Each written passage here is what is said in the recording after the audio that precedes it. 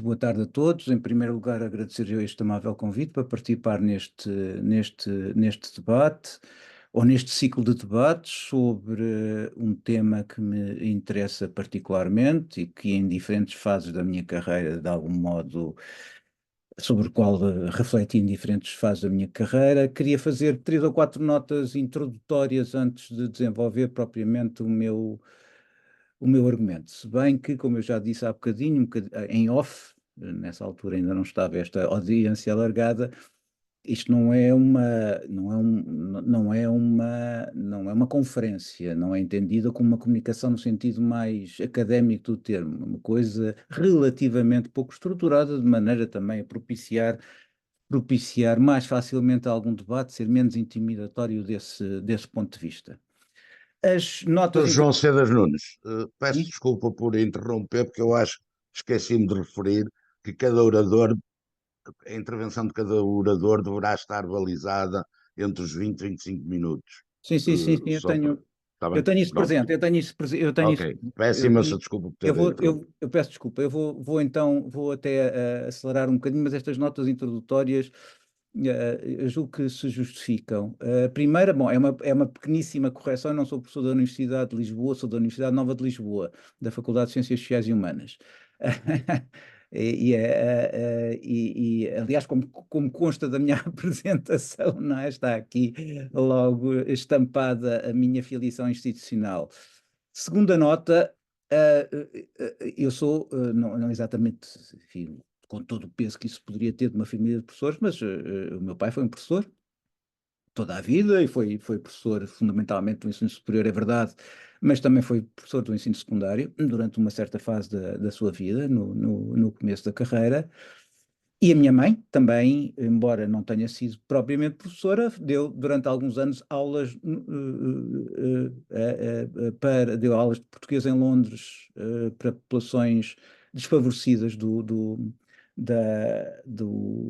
da margem sul, da capital londrina, e portanto também teve essa experiência. E portanto há aqui enfim, eu, eu de algum modo culmino uma espécie de tradição familiar. Portanto, estas duas primeiras notas. A terceira nota que eu queria fazer é que, não, esta já é a quarta, porque em bom rigor comecei logo por fazer a primeira que queria notar. A nota, e esta já tem alguma coisa a ver com o conteúdo da minha apresentação, mas não deixa de ser uma nota prévia, é que, de facto, na primeira grande prova académica que eu fiz, foi as provas de aptidão, isto que eu quero para já, provas de aptidão pedagógica e capacidade científica, eu refleti muito significativamente sobre aquilo que fazia, e, portanto, sobre o ensino da sociologia, muito particular, o ensino da sociologia que se realiza no quadro, precisamente, da transmissão pedagógica académica ou universitária, se quiserem. Bom, e havia um tema, havia uma questão central que para mim, já lá vão muitos anos, mas sobre a qual eu procurei refletir. É uma espécie de contradição. Que contradição é essa? Bom, nós sabemos quando ensinamos sociologia da escola, dos processos educativos, seja a que nível for, que há uma correlação fortíssima entre as desigualdades escolares e as desigualdades sociais, não é? E que, precisamente, as desigualdades sociais acabam por se converter em desigualdades escolares que, por seu turno, bom, é uma espécie de ciclo vicioso, por causa do lugar central que a escola ocupa nas sociedades contemporâneas, de algum modo voltam à origem no sentido de serem fator de reprodução das próprias desigualdades sociais. Depois, a contradição é que eu encontrava. Eu ensinava isto aos meus alunos e aqueles que tiravam o maior partido disto escolar, os melhores resultados, eram aqueles que eram provenientes das famílias com maiores recursos socioculturais. Bom, ah, ah, de facto, é esta coisa extraordinária, a lei, essa lei da correlação entre desigualdades escolares, ou que regula a relação entre desigualdades sociais e escolares, não caduca magicamente à entrada da academia, não deixa por isso premiar muito particularmente o ensino da sociologia.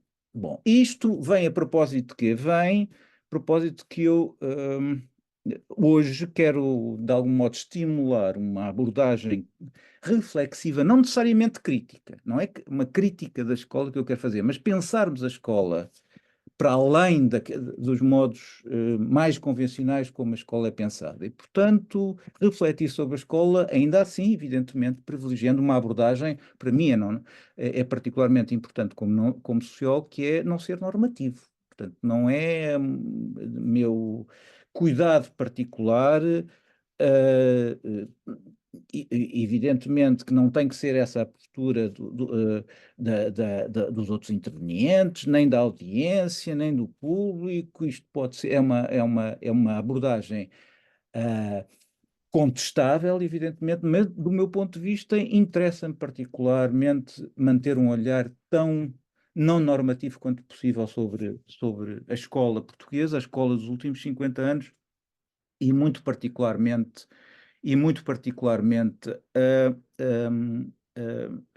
a escola pública. Bom, vamos lá a ver.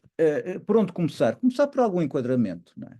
O que é que nós temos, o que é que nós temos, o que é que nós temos nestes últimos 50 anos? Temos, e podemos fazer algum enquadramento da democratização escolar assinalar essa democratização escolar e de alguma maneira pontuá-la, quer dizer,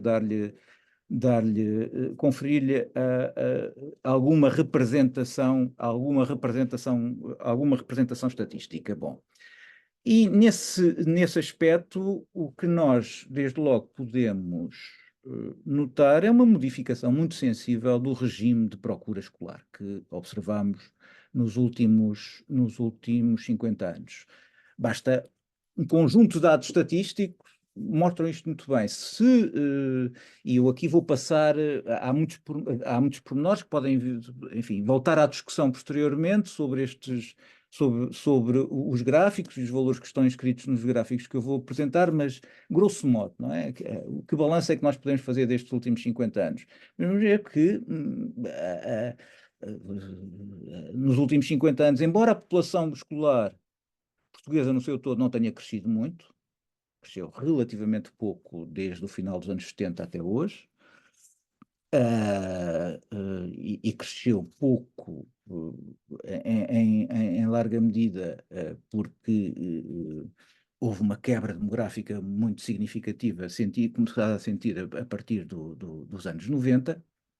Se isso de facto aconteceu, isso não quer dizer que o sistema de ensino não se tenha expandido consideravelmente, porque de facto o que oculta essa expansão do sistema de ensino é precisamente a quebra demográfica. Nós, se passarmos, e eu vou passar mais rapidamente para não consumir o meu tempo todo com estes gráficos, se formos aos níveis de ensino desse ponto de vista mais diferenciadores, que respeitam ao ensino, vamos chamar-lhe assim, o ensino superior e o pré-escolar, embora esses fenómenos se observem muito significativamente nos anos, por exemplo, nos ciclos posteriores do ensino básico, também no ensino secundário até certa altura, no ensino superior e no pré-escolar, o que nós temos é uma subida extraordinária dos níveis de frequência. Portanto, fundamentalmente uma taxa de cobertura das respectivas coortes demográficas crescente. Bom, quer dizer, isso é a evidência de que a escola se democratizou. Podemos usar outra terminologia, dizer que alargou a sua base de recrutamento social, é no fundo a mesma, outra forma de dizer a mesma coisa, mas acentuar justamente esse traço. Enquanto a escola portuguesa dos anos 60, ainda dos anos 60, era uma escola muitíssimo seletiva, ah, sobretudo nos níveis mais elevados de qualificação. Aquela espécie de lembro da Butade sobre a crise de 62, do Jorge Sampaio a dizer o que se passava na Faculdade de Direito quando entraram quando os gorilas entraram na universidade e reprimiram o movimento estudantil nessa altura, ele dizia, pois, mas quer dizer, nós somos todos tratados nas palminhas, não é? Éramos todos daquela família, não sei o que mais. Portanto, era essa escola que desembocava, digamos assim, nos níveis mais diferenciadores, do ponto de vista do acesso às posições de poder económico, político, etc. Era uma escola de elites. Bom, e já não é hoje. E decisivamente não é hoje, e esse é um traço que evidentemente tem que ser acentuado, tem que ser justamente muito claramente vincado. Bom, ora, o que é que nós temos a par disto? Nesses 50 anos, a par, portanto, deste processo de democratização escolar, aconteceu coisa de similar no que respeita ao mercado de trabalho, à estrutura de oportunidades profissionais? Não. Se nós quiséssemos pensar numa espécie de representação piramidal, não é? Enquanto a pirâmide da estrutura de oportunidades profissionais dos anos 60, 70 correspondia, grosso modo, a estrutura de qualificações escolares da população portuguesa, o que nós observamos hoje em dia é uma grande divergência. Porquê? Porque a estrutura de oportunidades profissionais não se modificou muito, continua a revestir essa forma piramidal, e a estrutura de qualificação escolar, de diplomação académica, já não apresenta dessa forma. Bom, ora, portanto, temos uma divergência muito significativa e crescente entre justamente as qualificações escolares e académicas da população portuguesa, em particular da população portuguesa juvenil e jovem adulta, e a estrutura das oportunidades profissionais. Bom, implicação disto, que nós nunca podemos perder de vista, direta, não é? Como resultado desta multiplicação dos títulos escolares e dos seus detentores, aos mais diversos níveis, é uma desvalorização progressiva no mercado de trabalho dos diplomas e dos títulos escolares e académicos, especialmente nos níveis mais elevados de habilitação, embora isso cronologicamente tenha consumido primeiro os níveis mais baixos de qualificação. Se nós e alguns ainda até memórias familiares, recuarmos 30, 40, 50 anos, quer dizer, alguém que fosse licenciado tinha seguramente um ingresso relativamente privilegiado no mercado de trabalho assegurado, pura e simplesmente por essa via, não era preciso mais nada. Hoje em dia já não se passa nada disso. Ora bem, isso tem, por seu turno, outras consequências, que é se no fundo, os mecanismos de diferenciação social associados à escola se faziam fundamentalmente no antigo regime, ainda nas primeiras décadas da democracia, a partir dos graus de qualificação escolar. Hoje em dia, o que nós observamos é a transferência de parte desses mecanismos de diferenciação escolar para o interior do próprio sistema de ensino. Quer dizer, já não tem mais a ver com ser ou não ser licenciado, ter ou não concluído o ensino secundário. Antigamente até chegava a ser ou não ser alfabetizado, não é? Ser ou não ser alfabetizado, ter completado a quarta classe, etc. Já eram coisas distintivas. Hoje em dia não se faz assim, faz muito mais, de maneira mais sutil, através das próprias carreiras escolares. Não é? Quais são as escolas? E isso diria que começa até no pré-escolar, quais são as escolas que menos comprometem, que portanto estão mais abrigadas deste processo estrutural de desvalorização diplomar. E evidentemente que aqui, mais uma vez, se fazem sentido as desigualdades sociais, porque quais são as famílias que conseguem escolher, digamos assim, as melhores carreiras escolares, aqueles que dispõem de capital informacional, que é em si um privilégio, para fazer as boas apostas escolares para os seus filhos. Bom,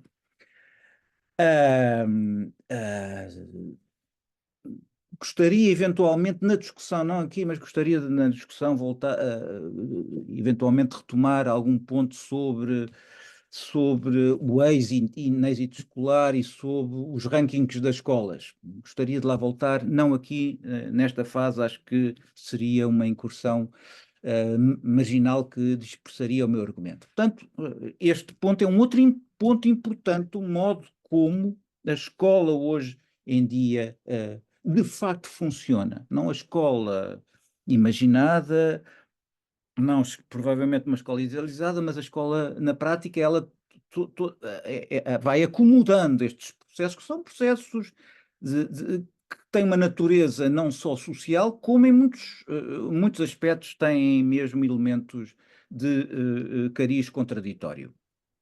Bom,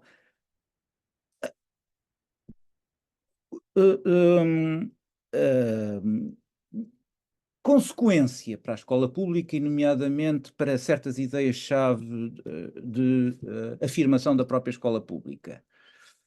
Questão da promoção da igualdade de oportunidades, a questão da escola funcionar, ser o principal elevador social, um elevador social de força extraordinária, a que, nomeadamente, os jovens provindos de famílias mais desfavorecidas poderiam na qual poderiam entrar para romper, digamos assim, com as suas condições sociais de origem. Bom, quer encarado na ótica das funções que a escola enfim, deveria cumprir, quer de uma coisa mais ampla, não é? Que vai para além da escola, que a escola poderia fazer parte, que é uma promessa ideológica moderna de constituir um mundo mais igualitário e justo. O que nós observamos é que, seja encarado de uma forma ou de outra, que até podem ser convergentes, assistimos, neste plano, a uma depreciação do crédito que a escola é investida neste domínio. Estas expectativas em relação à escola, de facto, já não deixaram de ser razoáveis, uma vez que, justamente, a evidência empírica vai mostrando que a escola não faz o que idealmente, desejavelmente, numa certa fase se imaginou que ela pudesse fazer. Bom, é claro que isto tem efeitos nas expectativas e aspirações escolares e académicas dos alunos. É uma outra questão que também gostaria de voltar, a da frustração. Como é que é? Há ou não há frustração? Ou não há ressentimento em relação à escola? No debate gostaria de pegar nesses aspectos, porque me parece que são aspectos importantes, mas aqui o que eu queria justamente, fundamentalmente, sublinhar é que essa crença no potencial autonomizador em relação aos constrangimentos socioeconómicos da escola, essa crença é uma crença que não se desfez completamente, mas se fragilizou significativamente. Mais, fragilizando significativamente, em larga medida, o que também se põe em cima da mesa, ou se deve equacionar, é a própria legitimidade da escola enquanto lugar axial de concretização desse projeto moderno da cidadania plenamente inclusiva, que não deixa ninguém de fora.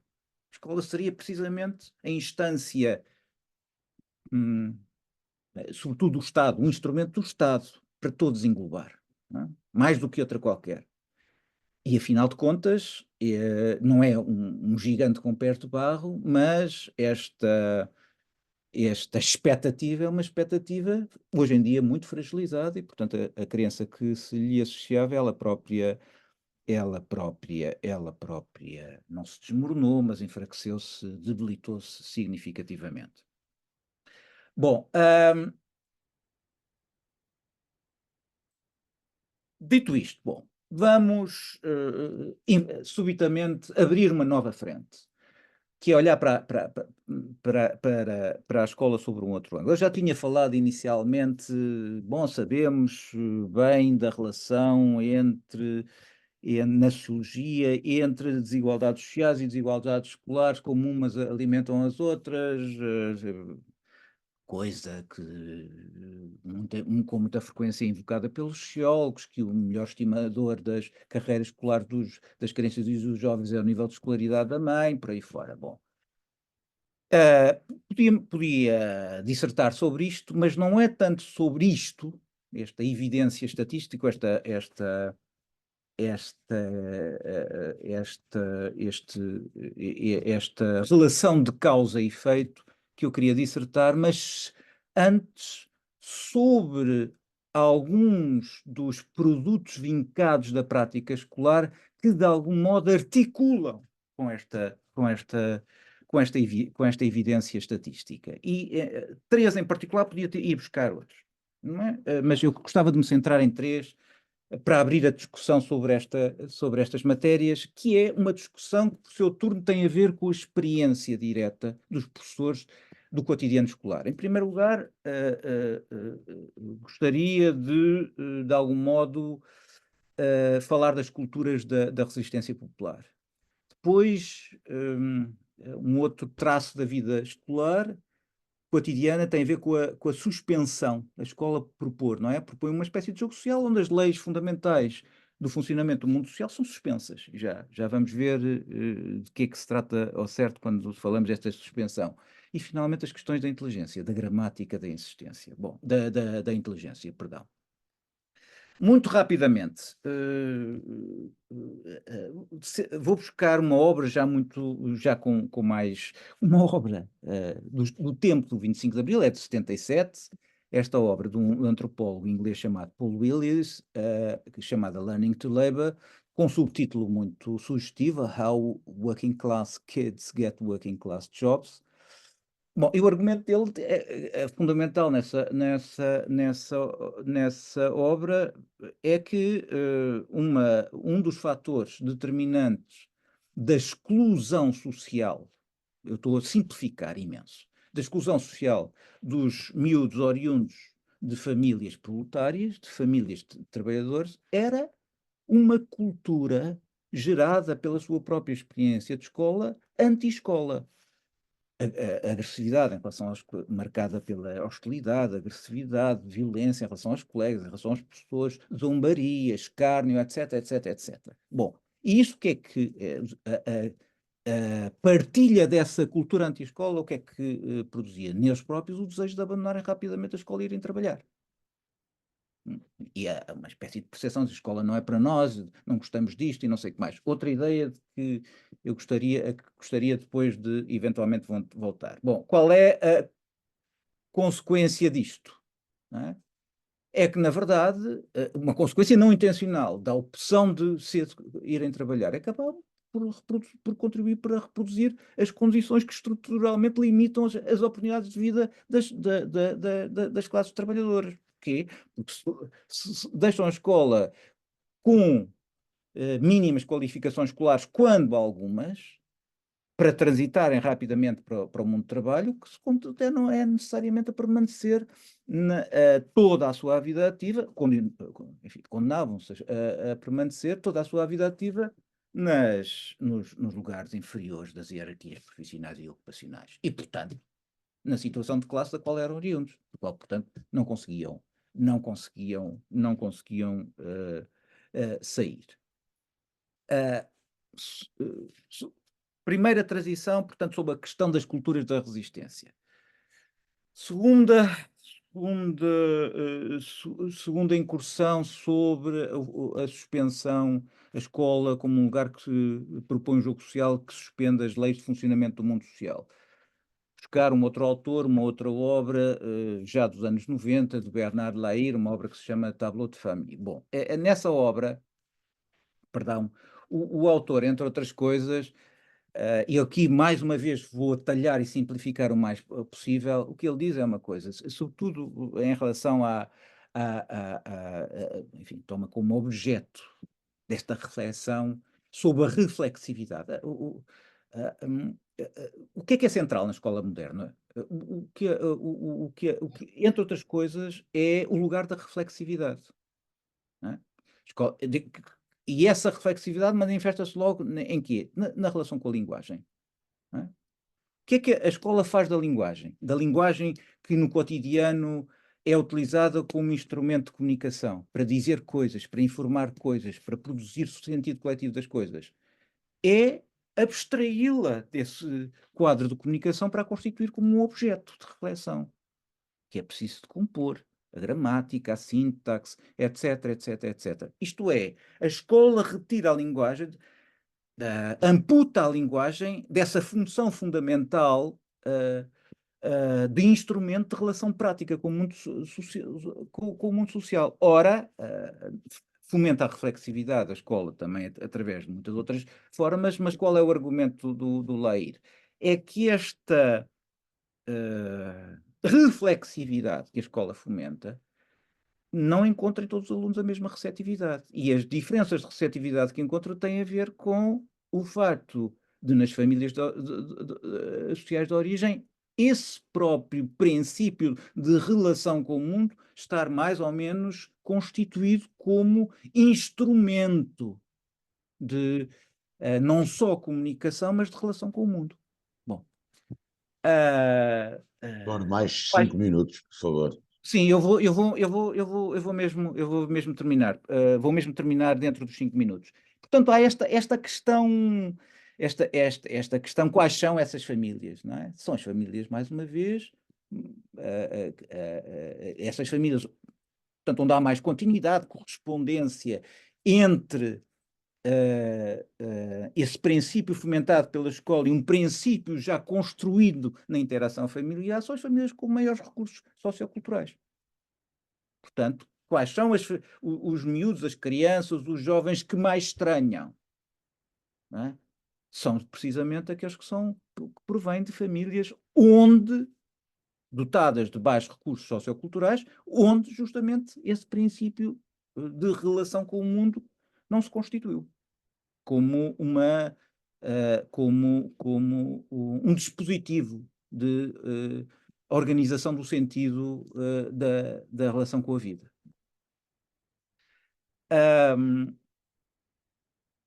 Terceiro aspecto que eu queria trazer, a inteligência. E este é mesmo muito importante. Trago também uma obra, que é uma obra, se bem me recordo, ainda dos anos 80, que desmonta, não é? A ideia da inteligência, não é? A ideia dos testes de inteligência que continuam a organizar muito do entendimento escolar sobre as populações discentes, não é? Mesmo que não estou a falar de mim próprio. Nós tropeçamos muito facilmente em juízos de qualificação onde a inteligência é central, não é? Bom, e o que esse livro mostrava, como muitos autores já argumentavam, é que a inteligência tem muito que se lhe diga. A inteligência basicamente é, como dizia o sociólogo francês Pierre Bourdieu, é um racismo de classe dominante. Não é um racismo como os outros, é um racismo de classe, não é o racismo como ele contrapunha, é o racismo pequeno-burguês, é o racismo específico da classe dominante. Quer dizer que é um racismo associado a uma espécie de construção. O racismo da inteligência é o meio pelo qual a classe dominante constrói a teodiceia do seu próprio privilégio, dizia o Bourdieu. Quer dizer, é aquilo que faz com que os dominantes se sintam verdadeiramente superiores e, portanto, com direito ao seu privilégio. Bom, o Pierre Bourdieu, em particular, afirmava isto mostrando um outro aspecto crítico. É como é que se constituem os testes portanto, os testes de inteligência. Os testes de inteligência têm, digamos assim, injunções escolares que desaparecem na quantificação da inteligência. Isto é, o que o Bourdieu argumentava é que, basicamente, os testes de inteligência o que mediam era a maior ou menor proximidade à própria cultura escolar. Hum? Ok? Portanto, porquê? Porque são, desde logo, pela questão, adiante no debate poderei voltar a esta questão, questão cognitiva, não é? É a cognição o centro, não é? Como a medida fundamental da inteligência a partir da qual ela se constitui, que é o centro que organiza o juízo escolar sobre o aluno. A sua capacidade cognitiva, não é? A sua capacidade emocional, não é? Etc., afetiva, não são essas que são medidas, o que é medido é a sua capacidade cognitiva. Portanto, ele argumentava era justamente isso. Bom, uh, ora bem, eu quero, e portanto, estes aspectos devem ser centrais para nós pensarmos o que fazemos quando fazemos escola. Não é? O que eles fazem quando fazem, o que todos nós fazemos quando fazemos escola. Em alguns casos, nós estamos, de algum modo, armadilhados, não é por imposições exteriores, é por imposições da lógica do próprio entendimento escolar que nos fazem necessariamente, mesmo com as melhores intenções, ser protagonistas de processos e lógicas de reprodução social, quer dizer, de reprodução de privilégios sociais. Ora, isto Porque, leva-me finalmente a abrir uma última porta de discussão, e com isto termino, prometo, que é a maneira clássica de olhar para a escola é olhar para os alunos. Porquê que não olhamos para os professores? Porquê que olhamos tão pouco para nós? Porquê que quando pensamos, por exemplo, nestes últimos 50 anos, pensamos em termos da a democratização escolar como uma democratização discente e nunca a equacionamos como uma democratização docente? O que é que aconteceu? Não é? Deixem-me só mostrar aqui este gráfico, não é? O que nós temos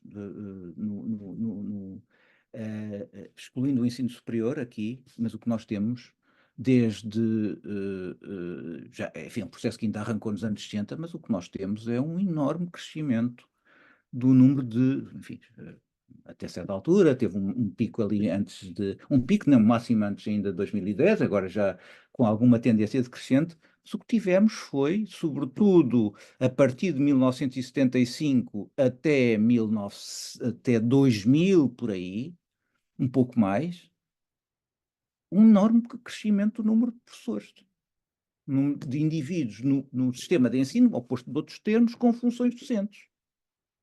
Isto não significa uma enorme abertura da profissão a fileiras sociais que antes não imaginavam sequer ingressar na profissão docente? E que consequências é que isto tem? Que, que, que não é só da experiência da escola, mas que experiências sociais é que esta abertura, até com as tensões internas que pode gerar, é que esta abertura a novas fileiras sociais, esta abertura determina para a vida escolar todos os dias e para a interação não só entre professores e alunos, como a interação entre professores. Bom, é este o último desafio de pensar a democratização escolar, portanto, este arco dos últimos 50 anos, também pelo lado da democratização docente, é com este último desafio que eu encerro a minha intervenção, como eu disse, uma intervenção relativamente pouco estruturada para justamente sugerir e animar, enfim, o debate mas já temos que aqui seguir. pontos Agradeço. Peço desculpa ter para ultrapassado o meu questões tempo. a que poderemos voltar depois numa segunda intervenção final